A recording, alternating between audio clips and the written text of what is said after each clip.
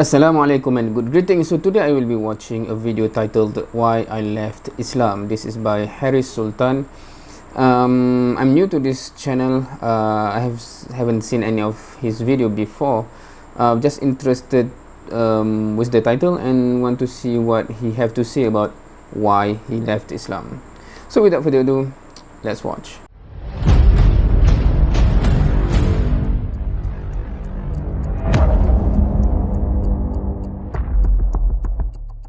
Question I get asked by a lot of people: why did I leave Islam? At what point did I decide that it's over? The answer is not very simple, as there was no single moment when my belief on Islam and later God in general eradicated. I was born in Lahore, Pakistan in a Muslim... So if I understand it correctly, he became an atheist, right? Because he said not only he didn't believe in Islam anymore, but he didn't believe in God. So I'm assuming he's an atheist. Muslim household. My whole family is still Muslim and they love their religion. But I was a little different. I had questions. Questions when, as a kid, I asked other kids who didn't know, nor they had any interest. I remember around the age of 9 or 10, I asked my mother once, who created everything? She said, Allah did. Then I said, who created Allah? She had no answer. Why is that question a logical question? I mean, of course, yeah, I think that's the commonalities that you can attack any religion, right? Who created Jesus? Who created Allah? Etc. Right? But what is the expected answer if the answer to that is that no one, that's the eternal being, no beginning, no end, etc. Right? So the claim itself nullify the question, right? So it's like I don't know how to make an example, but if in terms of Islamic perspective, right, Jesus was born without a father. He was born purely from a mother, and then so who's his father? Meaning that question itself is being nullified. Meaning you can ask the question as, what is your proof to that, right? What is your proof that he doesn't have a father? That's a valid question.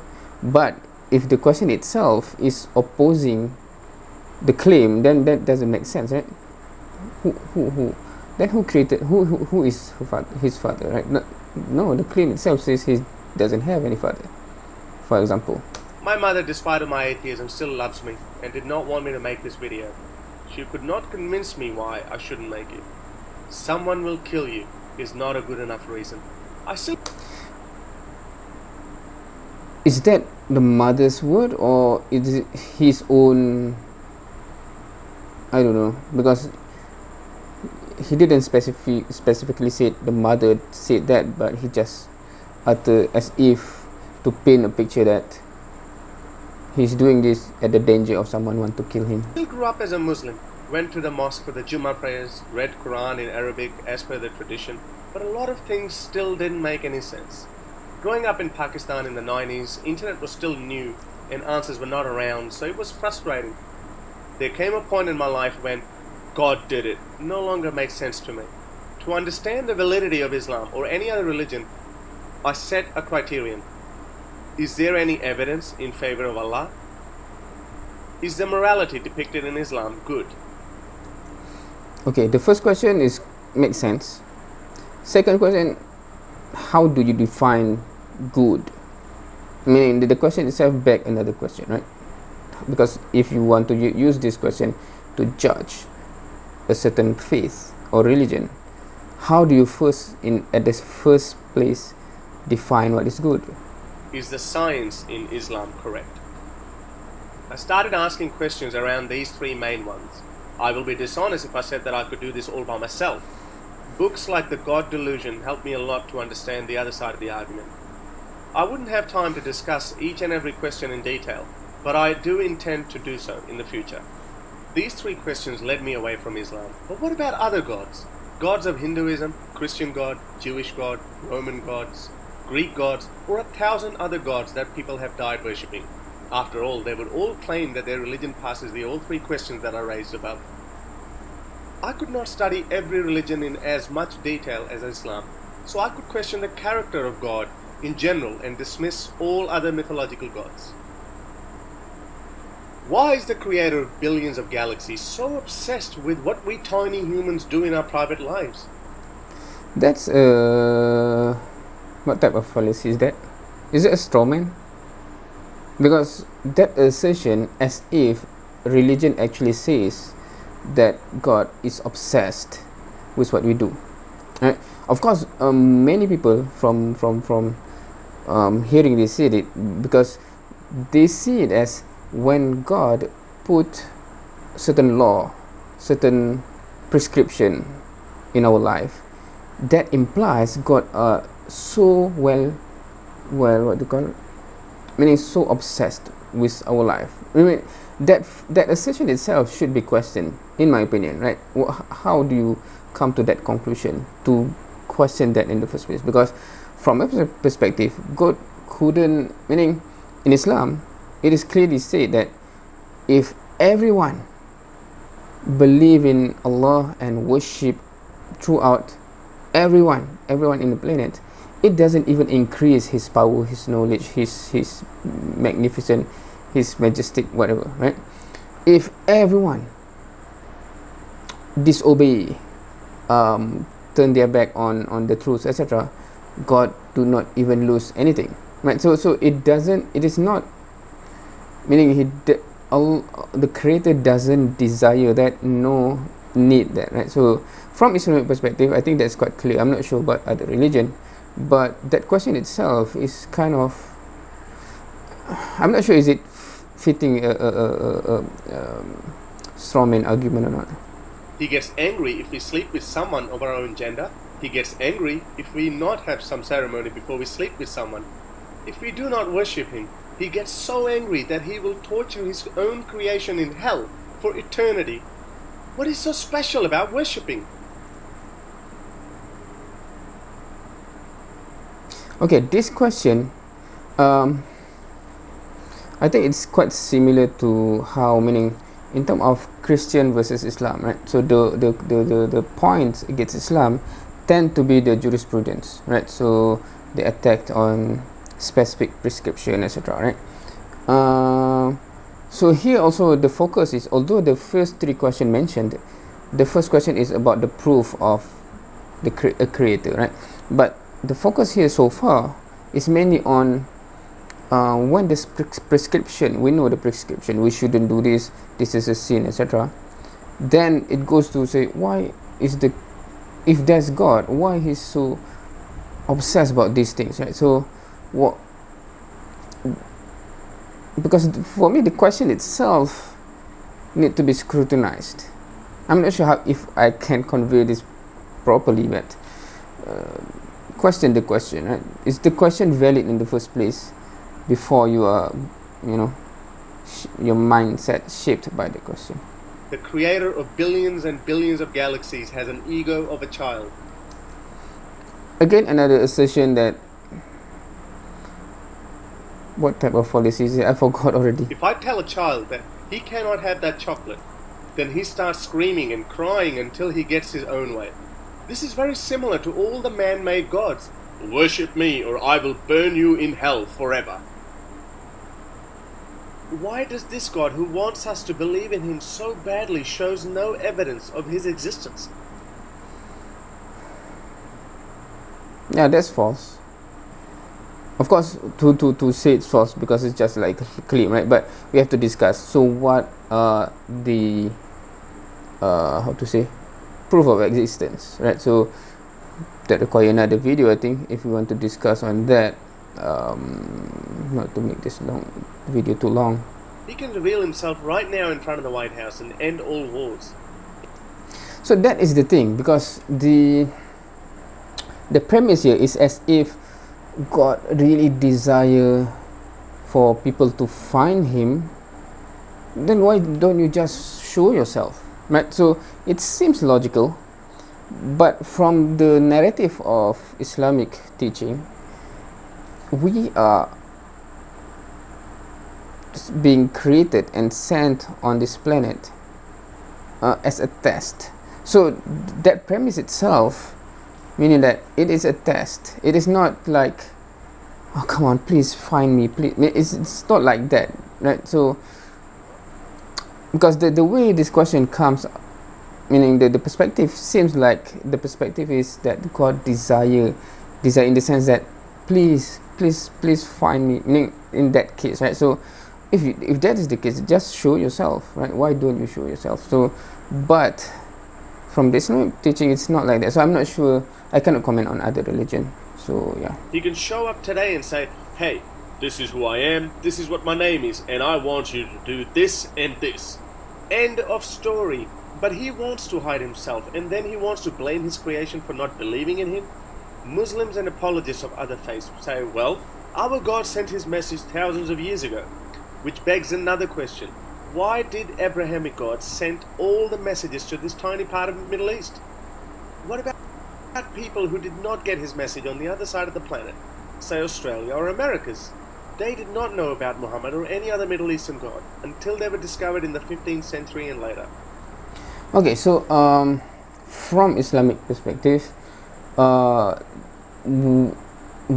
know, or we have to know 25 messengers, but we know that there are 100 and 1,000 others, right? So that is not being mentioned, and that is not a priority for us to seek who they are, right? So from our belief, that's the messages mentioned by name, be it Abraham, Yusuf, Ayub, Musa, Isa, etc. That's not the only, how to say, prophet and messengers ever existed in the human history. There's countless others. So the premise here to say that only this region have had prophet, it doesn't match with Islam. Meaning that's not a criticism valid for Islamic teaching, because Islamic teaching doesn't teach that. Just imagine all the millions of people who were born and died in that time in those continents. They are all going to burn in hell simply because they accidentally were born in a wrong geographical area. So this is again not valid for Islam, right? Because I'm not sure how many of you know this. If you are non-Muslim, right? If you're Muslim, you should know that. Babies or children, young children that was born and die in that state, they will go straight into heaven. And why? Because they haven't sinned, right? So everyone is being born in a state of fitrah, right? So that's clear cut. So meaning that you are not born with sin, you are not born in a state of disobeying, right? So you do, but when you grow up, all the signs are there, and for those who seek for the truth, generally speaking, we say they will find the truth. But those who just ignore the signs around them, then they will be judged accordingly, right? So that's basically what we know. When we talk about the current circumstances, yeah, it becomes, because this question is about, meaning other people who have not met any messenger, right? So is it fair for them to be burned in hell for eternity for just being born there, right? So Islamic teaching does not ever teach that. So again, if he try to portray Islam in a certain way, that's very much straw man, right? Because Islam doesn't teach that. So you cannot use that statement to attack Islam. Muslims claim that their previous scriptures like Torah and Bible were contaminated by humans. Didn't the creator of everything know that if he sends Jesus and Moses, their message will be contaminated? If he knew, then what is the fault of all the Jews and Christians that were born after the Bible and Torah was contaminated? They lived and died believing in the Bible, but it was the incorrect one. Muslims love to say the Quran is not contaminated. Okay, that question doesn't, meaning the way he portrayed it, because if you want to paint it like that, that's also valid for the Veda, etc. Because that's valid for any book, for that matter, right? It's just not only valid for the book that is being mentioned to be having originally truth but already contaminated, right? So any book, anyone who just plainly believe that that is the truth without examining it, so they will be judged based on what they do, basically, right? So don't you just, are you blindly following, or I think it is worse than contamination. After all, every sect of Islam has their own interpretation. Sunnis say they are right, while Shias are the correct ones. This means the Quran is either easy to be misunderstood, or it is simply not a good writing. There are verses in Quran that are easily misunderstood. To this day, Muslims loosely quote verses like this as the evidence of the Big Bang. Do those who are disbelievers not see that heavens and earth were sewn together, and then we unstitched them, and that we made from water every living thing? So will they not have faith? Surah Anbiya. I will not go into detail as to how unscientific this verse is, as I will dedicate a whole video on that. But this begs a philosophical question. If these verses were scientifically correct, then how come no Muslim ever came up with these theories? Again, okay, so the way he argued so far, I don't know, it's like a fallacy after fallacy after fallacy, right? So you make as if two things are causing one another, correlate to one another, when it is not, right? So it's like, said, if Quran is scientific, etc., why didn't, how do you correlate that, right? So this is again, it means either it is not written properly, so it's easily misunderstood, or there is no Big Bang mentioned in the verse. I stick with the latter. And the prayer. Every religious person thinks he or she has a special hotline to their God. When they get something, they think it's because of the prayer. If they don't get it, then they think that maybe Allah didn't want it. 1.5 billion Muslims pray to Allah every day. Well, what about other 5.5 billion people? They are obviously praying to the wrong God. How come they live their lives perfectly well? What kind of, the logic is that is being used in this video is quite weird. Perhaps it's logical if you have certain foundation, I guess, meaning that if the purpose of prayer, or how to say, if only people with accepted prayer will live a good life in this world, then what he asserts can be true. But if that it doesn't correlate like that, what kind of logic is being used here? I'm not sure if there's actually a religion that teach that. Well, actually there are some religion, meaning some deviant one, or some religion that teach something like that, right? That I don't know, because I don't want to attack any religion at this point. I also think that sometimes their prayers get answered and sometimes not. Clearly there's something wrong here. Let's do an experiment. If you want something, don't do anything. Just pray to Allah and see if you get that or not. On the other hand, if you want the same thing, don't pray to Allah and just work hard to get it. So this is in terms of a materialistic point of view, I guess. That, for example, meaning, for example, if I study hard and or I work hard and I achieve a success, and if you say prayer accepted lead to that one, so why? Okay, there's so much I cannot, meaning there's so much illogical things in this video that I cannot. See if it works. Obviously it works for 5.5 billion other people on earth. Muslims will say, well, you still have to work hard, but you have to pray as well. If you have to work hard to get something, then what is the point of praying? Okay, this, what kind of prayer is he talking about? Because in Islam, I think in the previous video we have mentioned about this. If the prayer here is related to the 5 daily prayer, right? So it is not related at all to what is being talked or discussed here, because that is act of worship. We do not do that for worldly gain.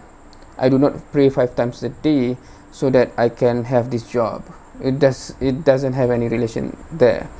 If the prayer here is mentioned about dua, right, where we sincerely ask Allah for anything at all, we'll have to discuss the concept of that in Islam to really understand why what is being discussed here it doesn't relate it to what Islam teach in the first place. So I'm not sure. I think that I'm not sure how you feel about watching me reacting to this, because from my perspective, what is being mentioned here is not attacking Islam, because it is not even correlate to what Islam teach in the first place.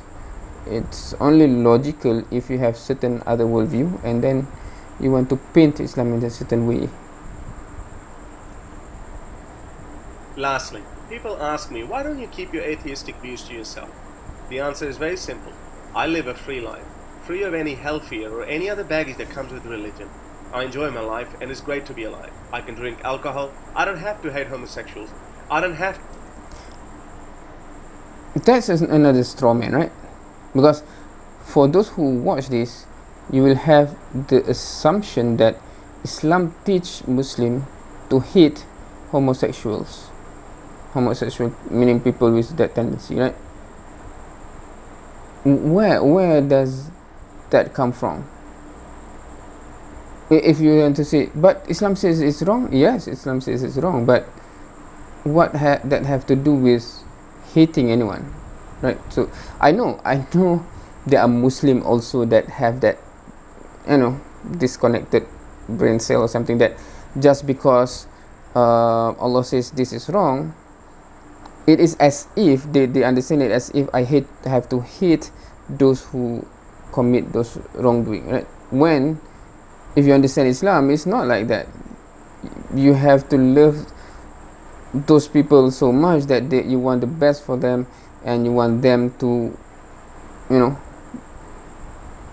come away from the bad things into the good things, etc., etc., right? So to think that women are subservient to men. Again, another when that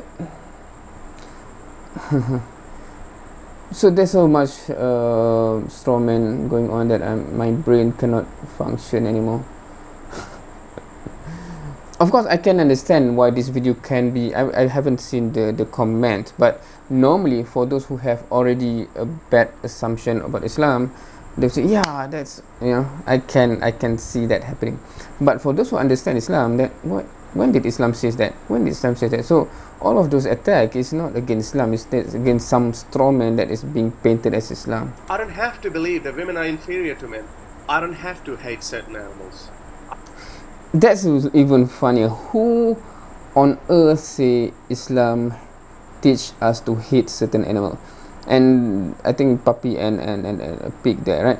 Even in Islam, I think it's quite clearly in the hadith that states that is it a prostitute or something that give drink to thirsty dog got into heaven because of that action, right? So you have to really have mercy on these animals. That's quite clear. And suddenly that strawman argument saying that as if Islam teaches us to hate on this animal. I can enjoy music. I don't have to hate people of other religions. I can enjoy the paintings and other works of art. All this baggage goes away if you become an atheist, and the world starts becoming a better place without this baggage. So people like me like to spread the message and these counter arguments. By the way, why do Muslims think that they can preach their belief to others, but others can't? If your answer is that, well, we are right, then I'm sorry to say, you are wrong. My name is Harris Sultan, and I don't believe in your gods. Okay, so that's it. Okay, I do not know what to say, because the video is basically just attack after attack after attack, and I couldn't properly, arrange my response. And this is not even a response video, it's just a reaction video.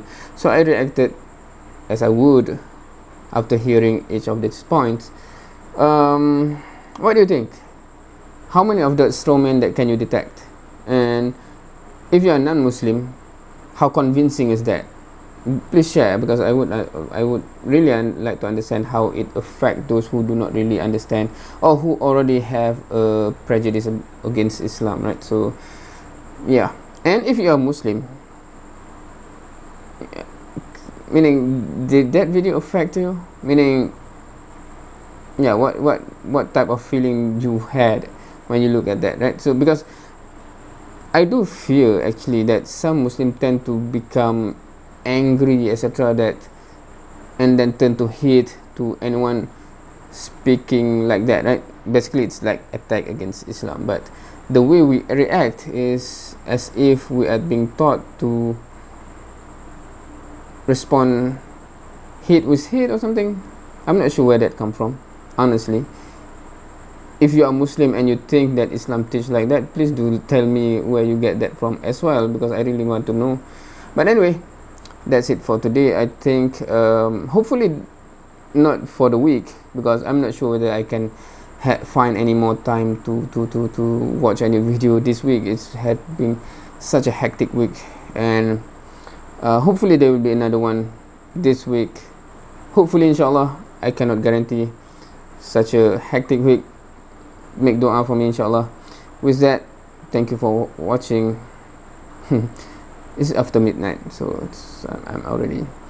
Anyway, thank you for watching. See you next time.